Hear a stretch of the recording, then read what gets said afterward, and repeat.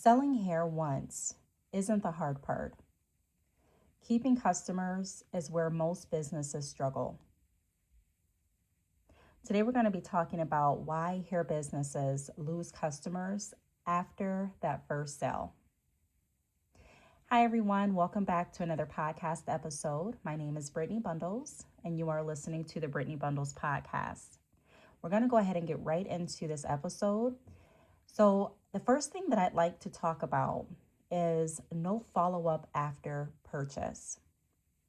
So many hair businesses will receive their first sale from that customer or their first sale for their business and not do proper follow-ups. So they'll get the sale. Sale is exciting. They'll get excited. They'll post their social media posts regarding their sale. They will package up their products. They will send out their hair. But that's it. That's the end of the process. So a good follow-up practice would be reaching out either via email or text message and asking how the interaction or the experience or products were. Just getting feedback. Now, I've been creating multiple videos on this channel going over the importance of setting up business systems. And in I think it was the last podcast episode, I touched on email systems. And so having a follow-up email system for when your customers purchase, just reaching out and asking again how their experience was, how they're enjoying the service or the product, or how they enjoyed, the service, or if they're still enjoying the product, different feedbacks. Setting that up ahead of time is going to save so much back-end work, and it's also going to keep that relationship going with your customer. Another thing that stops repeat business for hair businesses is unclear communication. So that looks like when someone reaches out and asks a question, they're not given an answer back. They're left, not replied to. Or someone may call your business line. They don't get a call back. Someone may have went on your website and submitted a chat asking a question, and it was never followed up with. So it's very important to keep clear communication and not having the proper expectations outlined on your website. So if it will take you 24 to 48 hours to reply, that needs to be somewhere on your website where customers can retrieve that information and set the proper expectations going forward. Another thing that stops repeat orders is inconsistent quality. Those are the one-off scenarios that we've talked about on this channel very frequently. Sending out bundles of hair, one order is great, the next time they order it's not so great, the consistency isn't the same, and so that can stop someone from wanting to repurchase. Another thing that stops the repurchase process is long silences after payment. So that looks like someone going on your website, placing an order, paying for the product or service, and then not getting any follow-up after that. No email confirmation, no next step email, no tracking information for their products. It just goes completely silent. These can all be combated with creating proper systems for your website. We've been talking about systems again for this year so far, and we're going to continue to make videos about systems because having the right systems in place can help us work more effectively and put our time in other areas in our business without having to be there constantly to do follow-ups and constantly to reply to answer or questions. That's why an FAQs page is so important to have on your website.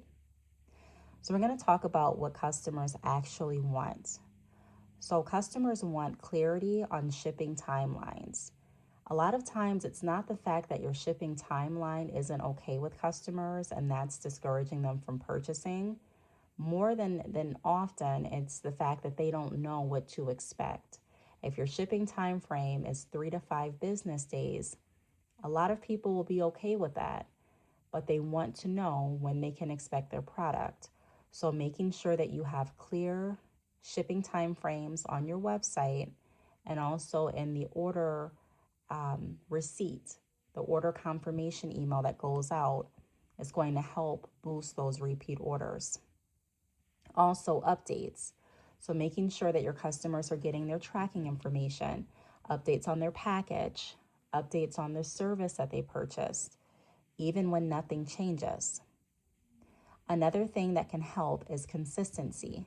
So making sure that every order follows that same process. If your process is they receive a thank you email and then that provides their confirmation information, and then the second email provides their tracking, and then the third email lets them know when their package has been delivered, and the fourth email reaches out to check to see how they enjoy their product or service. That needs to be consistent across the board. Also, customers want to feel considered but not chased. They don't want to feel like you're constantly hounding them down, but they do want to feel like you care. So you can do that by making sure that you follow up and have a process, but we don't want to overdo it where we're reaching out too often, too many times, or even trying to reach out during this period to sell them something else. Those are things that we want to stay away from.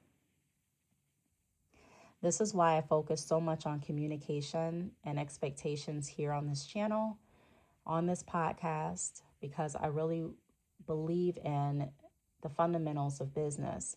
And then if we can get down the correct behaviors and action steps and implement the correct systems, then we'll be able to reach our monetary goals and be able to get those repeat purchases that we need to keep our business in the healthiest state. So we're not talking just about selling, we're talking about standards. And so we're going to talk a little bit about how this affects your revenue. So one-time buyers versus repeat buyers. If you have customers that are going to continuously purchase, that's going to grow your revenue because it's also going to help with word of mouth. It's important to get new customers in to continue marketing, but it's also important that we retain the customers that we're getting in so that our business actually grows.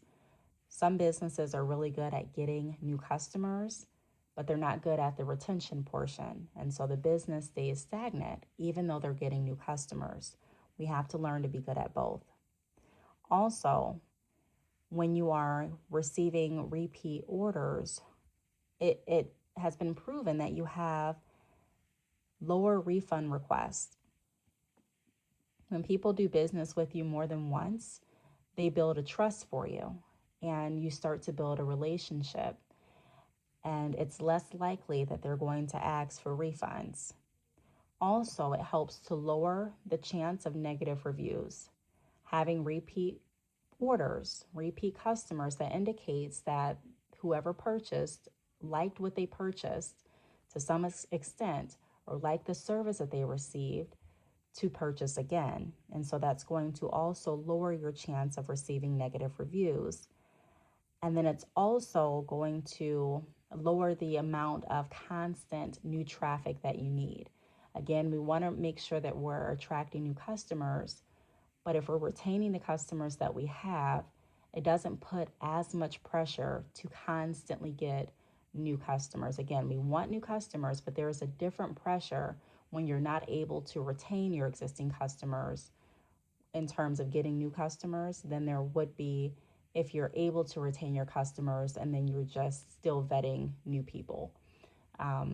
Again, we want new people. I don't want that to be blurred or confused, but it's not as much pressure to constantly get a sale or constantly promote to new people aggressively as heavily if we are able to utilize and continue to market to and continue to be of service to our existing clients and customers. And this is why I focus so much on communication and expectations over just selling. If we can have the right behaviors and the right standards and systems for our business, this can all work for us and it can make our job a lot more seamless. So if you want consistency in business, start before the sale, not after it. I really hope that this podcast episode helped. If you have any questions, feel free to leave them down below. If you'd like to be a guest on the episode or on the podcast, be sure to reach out to me via email. My email is btalks, TALKS, @yahoo.com. Thanks so much for tuning in, and I will talk to you all in the next podcast episode.